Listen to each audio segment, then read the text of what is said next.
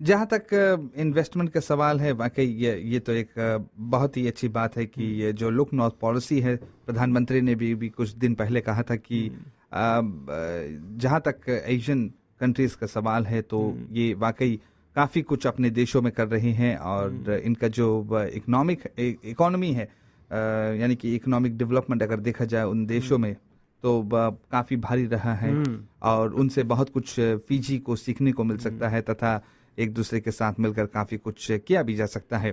अगर कुछ ऐसे भावी प्रोजेक्ट्स के बारे में देखिए, जो गवर्नमेंट का जो अभी अपकमिंग जो मतलब जो कुछ भी एम रखा है सरकार ने, जो अपना 2014 से पहले इन ऑब्जेक्टिव्स, इन एम्स को वे मीट करना चाहते हैं, तो इसमें किस तरह से इन देशों से हम लोगों को सहायता जो है ये मिल सकता है? क्या कुछ अभी तक इन लोगों ने आश्वासन दिया है हमको?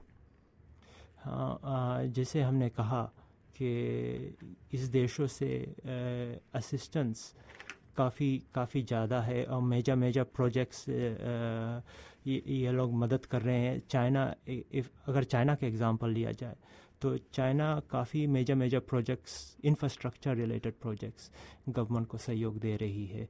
ये लोग ये सहयोग के बिना हम लोग फाइनेंसेस डिफ़िकल्टीज़ में डाइवर्ट करनी पड़ती finances from some other sector to have this infrastructure development. So जैसे Nabua hospital upgrade, Somo hydro scheme हुआ और मल्टी कार्गो वेसल कंस्ट्रक्शन, और अभी जो प्रेसिडेंट के फेंसिंग हुआ है, तो ये सब मेजर इंफ्रास्ट्रक्चर प्रोजेक्ट्स है जहाँ पे चाइना हम लोग को मदद कर रही है।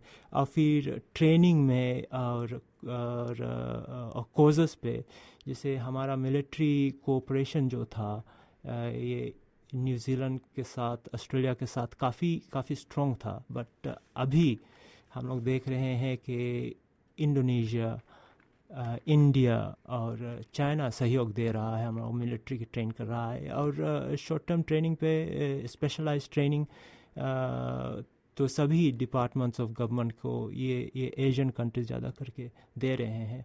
बट हम लोग एशियन कंट्रीज़, ये पॉलिसी सिर्फ एशियन कंट्रीज़ के बारे में नहीं है, ये Asia and beyond, middle east, हमारे जो संबंध है, रिलेशंस है विद रशिया, अभी वो एकदम स्ट्रॉन्ग है।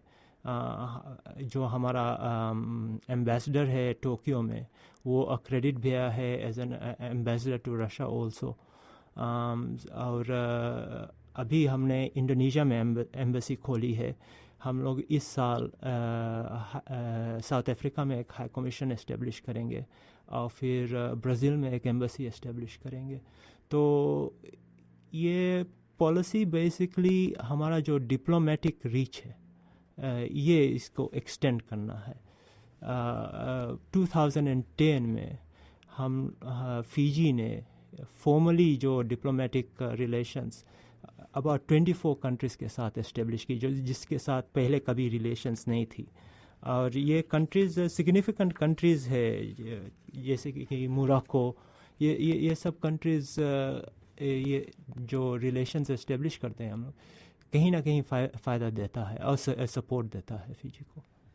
तो ऑल इन ऑल कहा जा सकता है कि जिस दिशा में अभी सरकार जा रही है, पहले इन सभी एरियाज में शायद पिछली सरकारों ने इतना ज़्यादा बल नहीं दिया था जितना कि अभी दिया जा रहा है, और इसके कारण से और भी जहाँ तक फॉरेन अफेयर्स मिनिस्ट्री का सवाल है तो हम पोटेंशियल मार्केट्स भी देख सकते हैं कि कहाँ पर इन्वेस्टमेंट हो सकता है, किस क्षेत्र में, और इस तरह से फिजी को भी काफ़ी फ़ायदा हो सकता है। तो याद रहे श्रोताओं, आपको हम बता देना चाहते हैं कि आज हम बातें कर रहे हैं सरकार की जो लुक नॉर्थ पॉलिसी है, और Shaheen Ali ji, deputy secretary economics and trade, ministry of foreign affairs के आज हमारे खास मेहमान हैं, और ये बता रहे हैं कि सरकार अभी फिलहाल क्या कुछ कर रही है।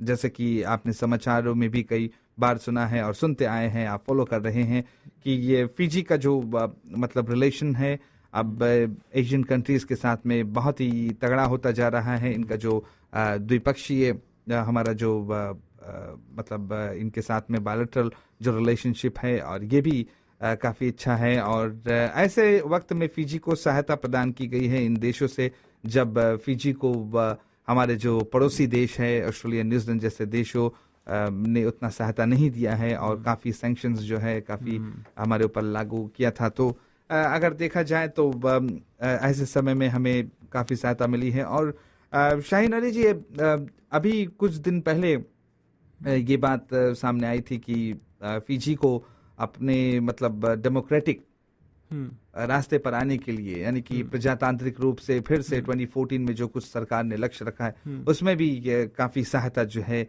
ये इन देशों से दी जाएगी। इस पर आप थोड़ा सा प्रकाश डालेंगे?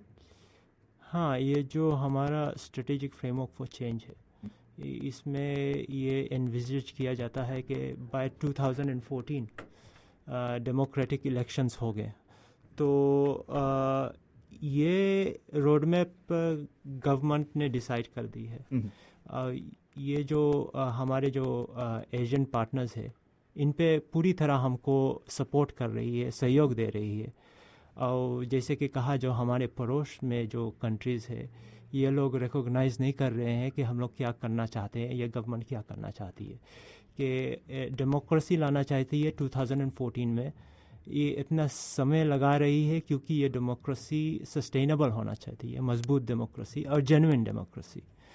तो इस पे जैसे आपने बताया श्रोताओं को, फर्स्ट 2 इयर्स तो इकोनॉमिक डेवलपमेंट पे कंसंट्रेट करेगी ये सरकार। फिर उसके बाद इलेक्टोरल रिफॉर्म्स और कॉन्स्टिट्यूशनल रिफॉर्म्स आएगा 2013-2014 में। अब फिर ये रोड मैप में ये प्लान है कि 2014 में डेमोक्रेटिक इलेक्शंस होल्ड किया जाएगा। ठीक है, तो एक अंतराल लेते हैं और इस ब्रेक के बाद में और भी लोगों से हम बातें करेंगे और भी लोगों का विचार जो है हम लेंगे। आपको हम अपने श्रोताओं को मौका प्रदान करेंगे कि आज जबकि deputy secretary economics and trade, ministry of foreign affairs के शाहीन अली जी हमारे खास मेहमान हैं, जो कि सरकार की लुक नॉर्थ पॉलिसी के बारे में बातें कर रहे हैं। तो ऐसे में हम इनसे बातें कर सकेंगे कि क्या कुछ जो मतलब क्या कुछ लोग अपनी ओर से कहना चाहते हैं, कुछ अगर विचार आप देना चाहते हैं, कोई सलाह देना चाहते हैं या फिर कोई सवाल आपके पास है इसके बारे में, तो अवश्य आप हमारे पास कॉल कर सकेंगे और अपनी प्रतिक्रिया जो है आप भी दे सकेंगे।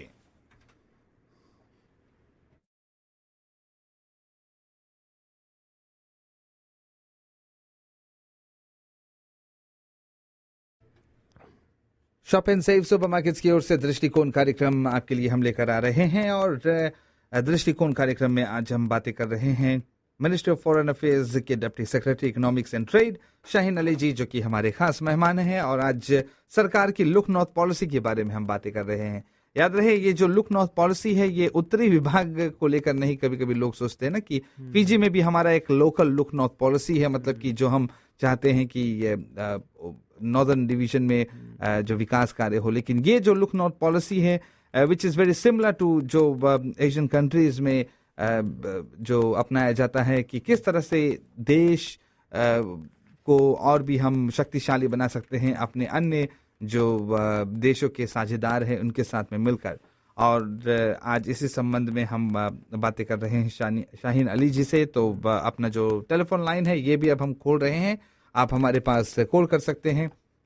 हमारा नंबर जो है 3220902 या फिर 3220903 पर आप कॉल करके अगर आपके पास कोई सवाल है तो ज़रूर आप कर सकते हैं। वैसे शाहीन जी, जब तक लेक्चर देखते हैं कि लाइन पर शायद कोई है और आपका स्वागत है। नमस्कार आपको। नमस्कार भाई जी। जी हाँ, नमस्ते भाई जी। बहुत सराहनीय है। तो बहुत दिन से खुद मैं भी सुझाव देता रहा कि लुक नॉर्थ, बिकॉज वे लोग ब्रॉड माइंड के हैं और जैसे कोई तरफ अलाइन नहीं है। हमारे विचार था, जबकि बहुत अच्छा है। देखो रिवर ड्रेज हो रही है और कई तरह के हेल्प आ रहे हैं नॉर्थ से, मगर मैं चाहता, मेरा इच्छा थी कि जस्टिकर फॉरेन अफेयर्स ध्यान देवे एग्रीकल्चर पे। वो लोग एग्रीकल्चर में क्या मदद ले सकते हैं, क्योंकि फॉर एग्जांपल चाइना, इंडिया उतना वास्ट भारी नेशन है, biggest democracy. India is biggest democracy. China जिसके सबसे भारी पॉपुलेशन, मगर वो फूड में असली में सोचो वो कभी उनकी कमी नहीं होती है। और हम राइस, खासकर चाइना, मैं BBC न्यूज़ में सुना था, चाइना एक तरह के चावल पाई है जो लगभग एक हफ्ता वो बाढ़ चढ़ जाए, उसके नीचे वो सड़ती नहीं, वो रहती, जैसे बाढ़ नीचे जाए वो फिर अपन काम करने लगी चावल। तो ऐसे ऐसे कई कई चीज़ हैं चाइना जो हाइब्रिड कर ली है, अच्छी है, वो हमारे लिए अच्छी होगी। जैसे दुर्गा यहाँ आ गई है, एशियन दुर्गा, और लंबी होती है और ऑफ सीजन भी होती है। कसेरा आ गई है, साल में 4 दफ़े मचुआ होती है। कई ऐसी चीज़ें इसमें और ध्यान देना चाहिए अगर वैल्यू हो, जो मैं कह रहा हूँ, क्योंकि हमें सबसे ज़रूरी है कि राइस इंपोर्ट कम कर दें और ब्रीड अच्छा ब्रीड चाइना में सभी तरह के मौसम है जो फिजी में है। तो हम सोचता है वो कई तरह के और उपज जो है उसमें मदद कर सकते हैं। इंफ्रास्ट्रक्चर है, मदद है, ठीक है, मगर वो कैश आएगी, कैश चली जाएगी, और एक मटेरियल आएगी, मटेरियल चली जाएगी। मगर अगर एग्रीकल्चर डिफरेंट ब्रीड्स हमें लाकर सिखावें और उसको किस तरह से फार्म करावें, क्योंकि गवर्नमेंट अब कोशिश कर रही है ज़मीन सब खोलने की और काफ़ी हद तक सक्सेसफुल है। तो मैं चाहता हूँ कि मेरा विचार पर आप गौर करें। धन्यवाद। बहुत बहुत धन्यवाद आपको अपना विचार देने के लिए नित्या जी। और शाहीन अली जी, एक बहुत ही अच्छा मतलब सुझाव इन्होंने दिया है कि जहाँ तक इंफ्रास्ट्रक्चर है इसका तो अपना अलग मतलब सहायता हम लोगों को मिल रही है, लेकिन एग्रीकल्चर के क्षेत्र में अगर देखा जाए इतनी ज़्यादा पॉपुलेशन होने के बाद भी काफ़ी मतलब सेल्फ डिपेंडेंट है और काफ़ी हद तक ये खुद अपने लिए जो उपज है उगाते हैं। तो इस तरह से काफ़ी कुछ हम लोग सीख सकते हैं इन देशों से, और क्या कुछ सहायता जो है शायद वो हमें दे सकते हैं एग्रीकल्चर के क्षेत्र में। इस पर आप कुछ प्रकाश डालेंगे कि अभी तक इस पर कुछ बातें हुई हैं या फिर आगे आप लोग कुछ बातें करेंगे? नहीं, ये सुझाव जो है एकदम सही है, क्योंकि ये जो कंट्रीज़ है एशिया में, ये लोग फूड टेक्नोलॉजी पे काफ़ी एडवांस है, और जो हमारा कोऑपरेशन है ये एग्रीकल्चर एक कंपोनेंट है कोऑपरेशन का। तो ये लोग ज़रूर मदद कर रहे हैं। There is programs in ministry of agriculture where countries like China, Indonesia, Malaysia and हमारा भारत देश भी, ये लोग हम लोग को मदद कर रहा है। राइस ग्रोइंग पे इंडियन एक्सपर्ट्स फिजी में हैं, और चाइना से भी एग्रीकल्चर पे बहुत मदद मिल रही है। हमारे जो मिनिस्ट्री ऑफ एग्रीकल्चर है उसके साथ चाइना ने काफ़ी MOU साइन किए हैं डिफरेंट प्रोग्राम्स के लिए।